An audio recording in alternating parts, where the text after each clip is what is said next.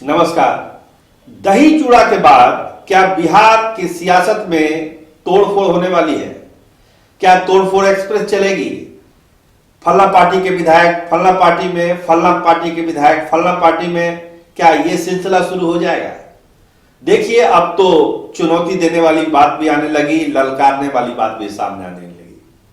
भाजपा के बिहार प्रभारी भूपेंद्र यादव और कहिए तो अभी जो बिहार में जो सरकार चल रही है या जो पार्टी चल रही है उसमें एकमात्र ऐसे नेता जिनकी बात को कोई नहीं उठा सकता, भूपेंद्र यादव ने एक चुनौती दी तेजस्वी यादव को कि अपने विधायक को आप बचा सकते हैं तो बचा लीजिए।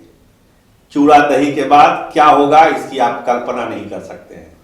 तो एक चुनौती तेजस्वी यादव को भूपेंद्र यादव ने दी। आमतौर पर भूपेंद्र यादव इस तरह की भाषा का प्रयोग नहीं करते हैं और इस तरह की चुनौतियां नहीं देते हैं। काफी ठंडे दिमाग से, कूल माइंड से भूपेंद्र यादव काम करने के लिए जाने जाते हैं और अब तक बिहार में जो उनका कार्यकाल रहा है, जो काम करने का उनका तरीका है, वो यही रहा है कि वो अपने हिसाब से चीजों पर अमल करते हैं, एक कहानी लिखते हैं, होमवर्क करते हैं और उसको अमल में लाते हैं, लेकिन बहुत ज्यादा उसका प्रचार प्रसार नहीं होता है और अपने हिसाब से बहुत ही ठंडे दिमाग से भूपेंद्र यादव बिहार की सियासत को चलाते हैं। बहुत हाई प्रोफाइल उनका ये नहीं रहता है सारा चीज। लेकिन पहली बार भूपेंद्र यादव ने एक चुनौती और ललकार की भाषा कही है और वो ललकारा है उन्होंने तेजस्वी यादव को, राजद के युवराज को, कि दही चूड़ा के बाद अपने विधायक को आप बचा लीजिए। यही आपके लिए बड़ी बात होगी। भाजपा और जनता दल यूनाइटेड को तोड़ने की बात तो आप ना ही करिए और ना ही सरकार को घेरने की बात करिए। आपके सामने चुनौती है अपने विधायकों को बचाने की। तो भूपेंद्र यादव का जैसे ही बयान सामने आया, ये चुनौती सामने आई तेजस्वी यादव के लिए, एक जो समझिए राजद की राजनीति में एक भूचाल आ गया। राजद ने भी तुरंत पलटवार किया। शिवानंद तिवारी ने कहा कि अगर आप में इतनी ही ताकत है तो फिर कृपा क्यों, आप तोड़ लीजिए हमारे विधायक को, अब समझ जाएंगे कि आप में कितनी ताकत है। सरकार आप चला नहीं पा रहे हैं, मंत्रिमंडल विस्तार आप कर नहीं पा रहे हैं, अव्यवस्था फैली है पूरे बिहार में, करप्शन बढ़ा है, क्राइम बढ़ा है, कुछ कंट्रोल नहीं हो पा रहा है, तो अपने विधायकों पर आप कहां से कंट्रोल रख पाइएगा। तो आपके तरफ होने वाली है, हमारी तरफ नहीं। शिवानंद तिवारी ने उसका बहुत ही माकूल जवाब दिया। इसके बाद राजद के प्रवक्ता जो मृत्युंजय तिवारी ने उसी भाषा में बात कही कि दिक्कत एनडीए में है, राजद में दिक्कत नहीं है और हम लोग पूरी तरह से एकजुट हैं और तेजस्वी यादव को जो ललकार रहे हैं, चुनौती दे रहे हैं, पहले वो अपना घर बचा लें, यही बहुत बड़ी बात हो जाएगी। इधर जदयू सांसद ललन सिंह ने यह कहकर खलबली मचा दी कि भूपेंद्र यादव ने तो कम ही कहा कि टूट होगी दही चूड़ा के बाद, अगर वो चाह ले तो पूरी राजद का विलय एनडीए में हो सकता है, इसमें कोई बहुत बड़ी बात नहीं है।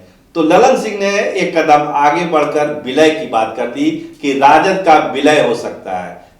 तोड़फोड़ तो बहुत छोटी बात है। तो देखिए, इस तरह से जो सत्ता के गलियारे में भूपेंद्र यादव के बयान के बाद और ललन सिंह के बयान के बाद सरगर्मी काफी तेज हो गई। तो ये सिलसिला चल रहा है चुनौती देने का और ललकारने का। लेकिन इसमें एक छोटा ऐसा ट्विस्ट जो है जीतन राम मांझी ने कर दिया। जीतन राम मांझी ने एक ट्वीट किया कि तेजस्वी यादव जो है भविष्य के नेता है। अब इसके जो सियासी मायने आप निकाल लीजिए कि बिना किसी संदर्भ के, बिना किसी बात के इस तरह के ट्वीट करने का क्या मतलब है। आप एनडीए में हैं, आपकी पार्टी सरकार में है, आपके पुत्र मंत्री हैं, आप एक ट्वीट करते हैं कि तेजस्वी यादव भविष्य के नेता है, तो क्या सिग्नल दे रहे हैं?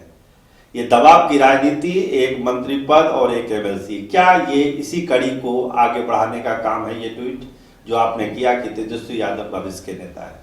तो खैर, इसका जवाब जनता दल यूनाइटेड के लोगों को देना है, भाजपा के लोगों को देना है कि इस ट्वीट के क्या माने हैं और तेजस्वी यादव के प्रति जो जीतन राम मांझी का जो प्यार है वो क्या कहता है। दिक्कत अब मुकेश सहनी को आ गई।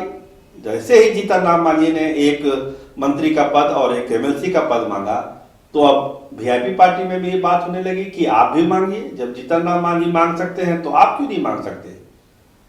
तो मुकेश सहनी ने इसका गोल गोल जवाब दिया कि देखिए, हर पार्टी को अपनी बात रखने का अधिकार है और हम अपने तरीके से सारी सियासी चीजों को देख रहे हैं, इसमें कोई बड़ी बात नहीं है। हम अपनी चीजों को देखेंगे और आगे नीतीश जी इस पर अपना फैसला करेंगे। तो उन्होंने बात को क्लियर किया, लेकिन जो एक ललकारने वाली बात है, चुनौती देने वाली बात है, भूपेंद्र यादव ने जो तेजस्वी यादव को चुनौती दी, उसको लेकर बिहार की जो सत्ता के गलियारों में काफी गहमागहमी मची हुई है। इधर आपको मालूम है कि उमेश कुशवाहा को जनता दल यूनाइटेड का प्रदेश अध्यक्ष बना दिया गया। तो जैसे ही उनके नाम की घोषणा हुई, कुछ लोगों ने अनुमान लगाना शुरू कर दिया कि उपेंद्र कुशवाहा का कद छोटा करने के लिए उन्हीं के जंदाहा से, उन्हीं के विधानसभा क्षेत्र से जो है उमेश कुशवाहा को बनाया गया। तो देखिए, इस तरह की बातें है नहीं। अब उपेंद्र कुशवाहा प्रदेश अध्यक्ष के तो दावेदार थे नहीं, ना है, तो फिर उमेश कुशवाहा और उपेंद्र कुशवाहा के बीच जो तालमेल बैठाने की कोशिश की जा रही है, इसमें कोई दम नहीं है। और उपेंद्र कुशवाहा की जो पार्टी की जो बातचीत जनता दल यूनाइटेड के साथ चल रही है, वो अपने रफ्तार में है और दही चूड़ा के बाद जरूर उसमें कोई नतीजा निकल जाएगा। लेकिन उमेश कुशवाहा के प्रदेश अध्यक्ष बनने का उपेंद्र कुशवाहा वाले केस से कोई लेना देना नहीं है, जैसी कि चर्चा अभी यहाँ पे है पटना के सत्ता के गलियारों में। तो ये कुछ सियासी खबरें थी। कैमरामैन राहुल राज के साथ मैं सरोज सिंह, धन्यवाद, नमस्कार।